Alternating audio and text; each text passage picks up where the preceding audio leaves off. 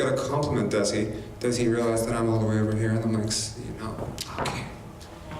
All right, just throw the mic. No, I'm just kidding. Here. Thanks, Rob. Big man, you crushed it. Oh, thank you so much. Just a few compliments. I love the facial expressions your facial expressions on so many of those shots were just spectacular. Like they're muted and tight shots on your reactions to people talking to you, and Mike's just like the subtlety of it was excellent. And that red shirt and that red tie in the limo really rocked, by the way. So just keep on with that red shirt, red tie combo. Oh, thank you, man. Thank you. And just to play up on what Rob was saying about the pacing of the picture, he had used, if I'm not mistaken, the shot of you lying on the carpet in the trailer for the festival. Yes. And I had no idea whatsoever that it would be this awesome based on you just lying on the carpet. So he totally threw us for like a really good loop. So kudos Rob to was you the picked him, and to your team. And you're always welcome here, so come on back anytime. Oh, I'll be back. Thank you so much.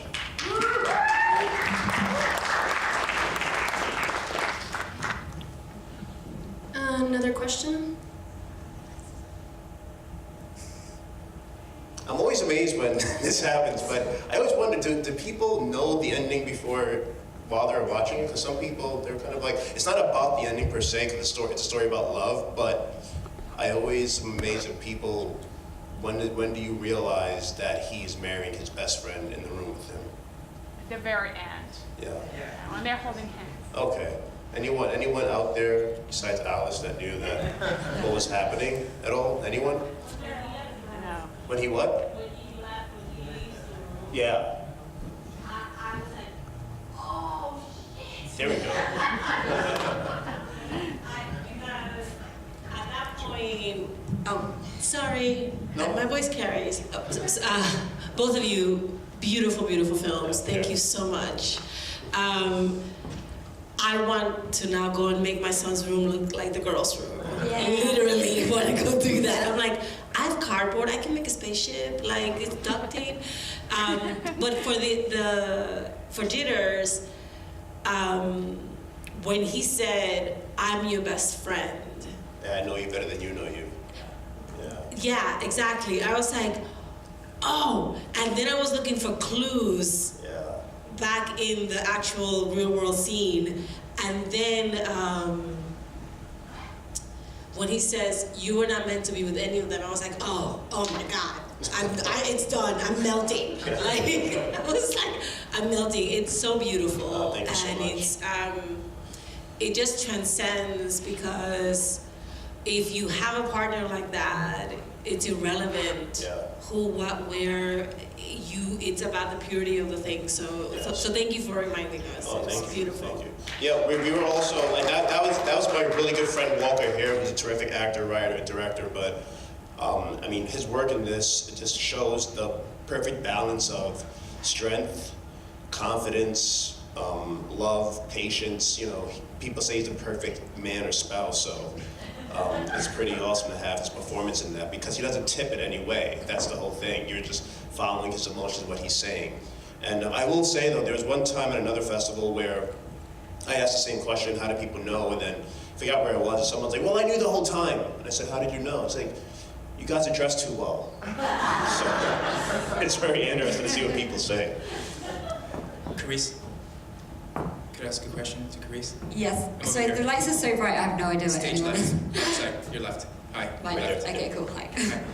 And did you find that it was really hard to get the girls to act as a team? Did it take a lot of prep time? Did they lose their concentration? Did they go overboard with these massive, ostentatious like displays? Like, there was one girl there that she was like so super theatrical. Yeah. The tiniest one there, except the boy. And because I've worked with kids before, but generally they're really good. But sometimes their attention span starts to waver. So how was that experience? Yeah, I basically made this film for NASA do a short film competition where you make a film that's under 10 minutes long, but 10% of the running time has to be you raid the archives and find really cool space footage and then create a story around it. So I found out about the competition 6 weeks before the deadline, so I wrote the script in a week, cast it, and set decorated my bedroom in a week, and then shot it, and so that we had like 3 weeks in post. So I didn't have time to do much beforehand with the children, and it was the first time I'd worked with children, so working with the whole cast kind of threw myself in the deep end. But yeah, I love the spontaneity with children, which you get just so intrinsically and naturally from them. And yeah, the little boy, that was what he was like in real life, so he was the cutest thing in the world.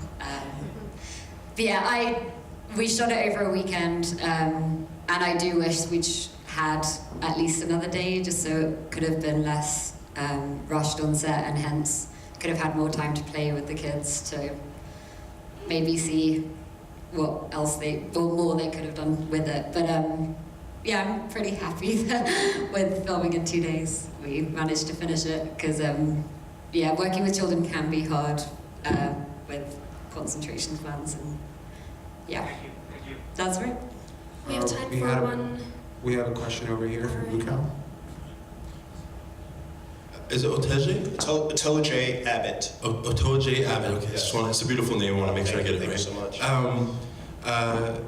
It may be a cliche question, but what was the biggest hurdle writing, directing, acting in your own film?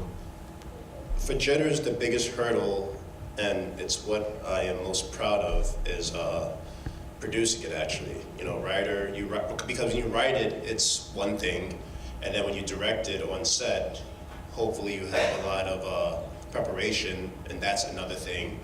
And acting, and this is my first film, by the way, and I'm an actor normally, and since I wrote it, I knew how to say it, and if it was bad, I'd get directed a certain way. But I think producing, because me and my team, I had a brilliant producer, Ian Phillips, we had to kind of carry it from start to finish. You know, most people show up on set, they do a project, and then they leave, and it goes somewhere else to something else. But as a producer, and Carys knows this as well, you really have to make sure that everyone's there on time. You have to make sure that, you know, you're driving cars and picking up equipment. You have to make sure that 3 weeks when you're in post-production, you're still able to kind of take care of people, do things like cross T's and dot I's. So I think as a producer, to have an idea and then have the idea turn out to be this and brings you to somewhere like Pendance for an international premiere, it's like that's a job well done, and you can see the result of it as artwork. So I think the producer's very proud of that. Thank you. Congratulations to both of you. That's coming from me over here. Carys, to your left. Thank you so much. I honestly am so proud of all the shorts that we selected, and I'm especially proud of you guys because I've known you for like a year now, and it's just such a pleasure to see you here. And I think that was your first film. Yeah. Every time you mention that